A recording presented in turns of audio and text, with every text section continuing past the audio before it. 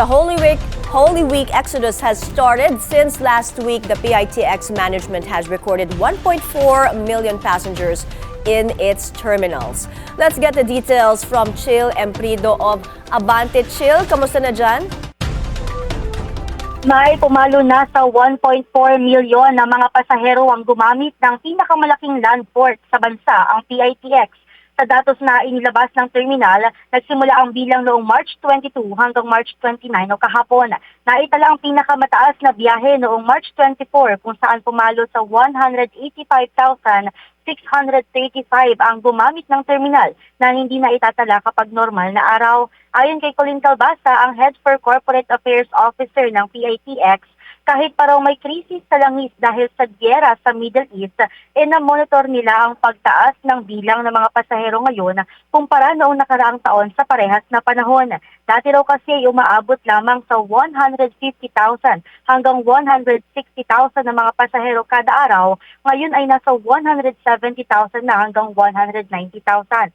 Sa pinakahuling update ng pamunuan ngayong umaga, 70,000 na ang naitalang commuter na uuwi sa mga lalawigan.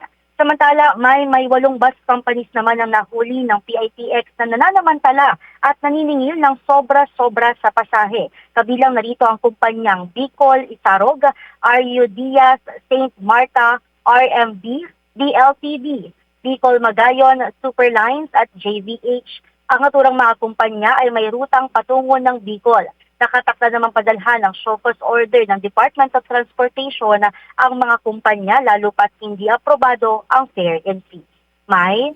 So Chill, walang dapat magtaas ng pamasahe, am I correct? Kasi 'di ba dapat ang pamasahe bago magkrisis sa Middle East, dapat yun pa rin ang ipinapataw nila sa mga pasahero? Tama ka riyan, May. Dahil nga sinuspende ni Pangulong Bongbong Marcos itong fare increase, dapat ay walang magiging pagtaas sa pasahe sa busman o sa jeep.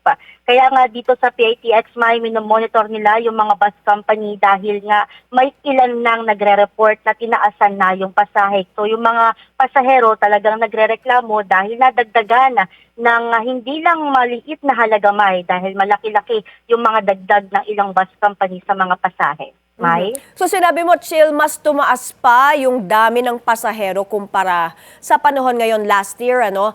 So yung mga bus operations, yung mga bus companies, hindi sila magka-cut ng trips o magdadagdag pa?